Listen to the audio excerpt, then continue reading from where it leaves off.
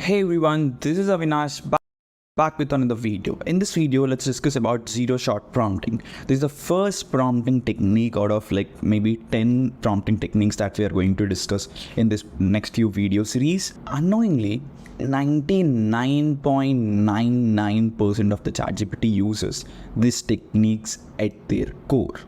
While it has a lot of benefits, but it also has a lot of cons. So we'll discuss both pros, cons, and all the use cases that you can use this particular thing for, right? So what is zero-shot prompting?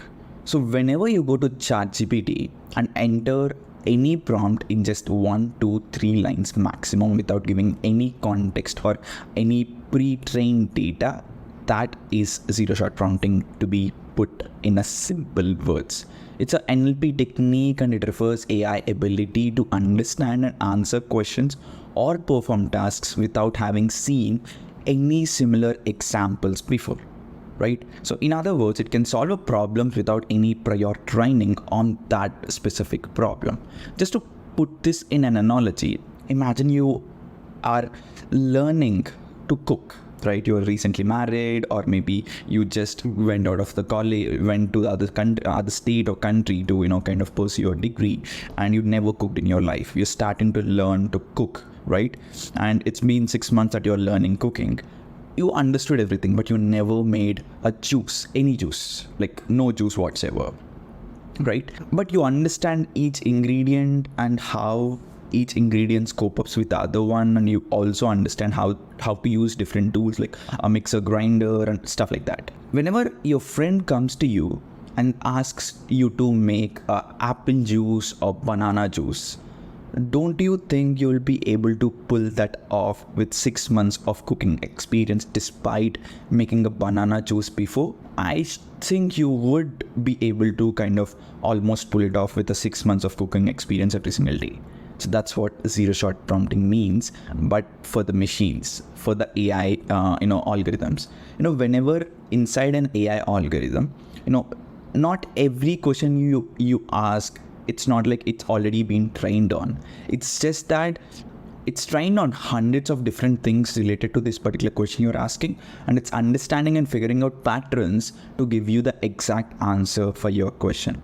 And that way of asking simple questions when you need simple answers is zero-shot prompting. That's it. For example, let's say we have an AI trying to understand and generate human-like text. If we give it a question about a topic it has never seen before, such as what are the benefits of drinking cucumber juice, even though AI kind of didn't train on that exact benefits of cucumber juice, it will still give you things like, hey, drinking cucumber juice help with hydration, can help with essential vitamins, minerals, and support healthy skin. But it's not being trained upon. It understands cucumber is a vegetable. It's one kind of vegetable, and that kind of vegetables have almost similar benefits. This is the pattern it might have figured it out and is able to give you the answer, right? That's how zero-shot prompting works at the back end. But in the front end, you're just asking when you know the scope or the task you have at your hand and is so easy that you don't need to give a 20-line context to your prompt. You can simply ask 1-line prompt. I usually say that you need to give high level prompts like 20 lines, 30 lines, and something like that, right? Like I even talk to you in the prompt format. But there are few use cases where you don't need all that. Like whenever you need a cucumber juice, you don't need to give it a context of 20 lines. You don't need to prepare the whole prompt format in the format I gave you. You could simply ask ChatGPT how to make a cucumber juice, and if you want it with sugar or without sugar, maybe one small addition, that's all. You don't need to do the bigger prompts for basic things, all that.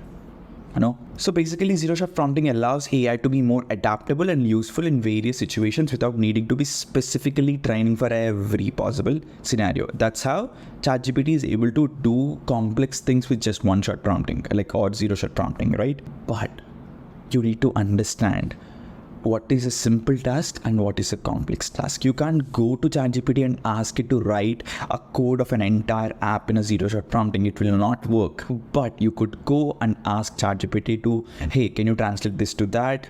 maybe it would do a better job. Or can you just say me about this particular thing, like a general knowledge question? Maybe it will do that.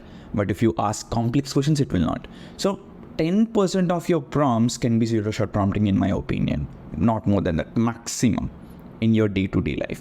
Most probably your personal questions mostly can be zero-shot prompting in my case, and all your professional questions need a little bit of prompting, a little bit of context.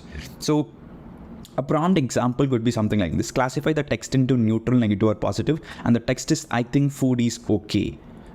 And output of ChatGPT would be neutral. So this is an example of zero-shot prompting. And before actually discussing the use cases, I'll quickly give you. So if I go to ChatGPT and say, hey, generate a marketing slogan for an eco-friendly stool, it would say me, sit green, live clean, the eco-friendly stool for a sustainable lifestyle. It's pretty good, marketing slogan for eco-friendly stool, in my opinion. Don't you think so? It's just say the word yes in the comment section if you think this is actually a good marketing slogan. Do you think this particular AI, which is ChatGPT, has been trained on generating a marketing slogan for eco-friendly stool before? No. And do you think you need to give it a more context than this for something like this, as simple as it's an eco-friendly stool and you need to create a marketing slogan? It's okay, but yeah, basically there's no but here. End of the day, if you want something so simple, use zero-shot prompting. Like you could literally go ask, when did World War II happen? So when you ask something like this, basically you don't need to give a lot of context. It's a zero-shot prompt. And if you want a recipe, can you give me, So you can just even ask, can you give me a recipe for cucumber juice? It will just give us, certainly here is a simple. So for something like this, as simple as a recipe for cucumber juice, you don't need to write a bigger prompt, right? As we discussed before. And that's it. That's zero-shot prompting. And if we go discuss the use cases would be very simple. Just to put it in one line, anything that you think the answer is so simple can be a use case, like historical event inquiries or a simple medical diagnosis assistance, not complex again. And again, don't use at your own thing, consult a doctor, but just, if it is like, hey, I'm getting a headache, what tablet would be better, Dolo or maybe other option? Maybe that kind of simple questions is better, but you don't ask complex questions like, hey, I'm having, say, a heart pain, what should I do? No, I don't still trust ChatGPT for that kind of complex health scenarios, but simple medical diagnosis assistance can be done, and you could use for your cooking recipes and stuff like that, or you could use it for recipe substitution. You don't want one particular ingredient. Maybe you are you're not tolerant for gluten or anything like that. You could simply ask ChatGPT to substitute that particular, say, ingredient with something else. That can be a zero-shot prompting. You don't need to give it like a 10-word or 10-line context with this simple prompt. And foreign culture norms, when you're traveling, you want to know the culture of some state or some country, you could literally ask ChatGPT, and you could even ask details about an emerging technology. If you want to know a little more details about AI, so you could literally get that in zero-shot prompting. But when do you want to give a context?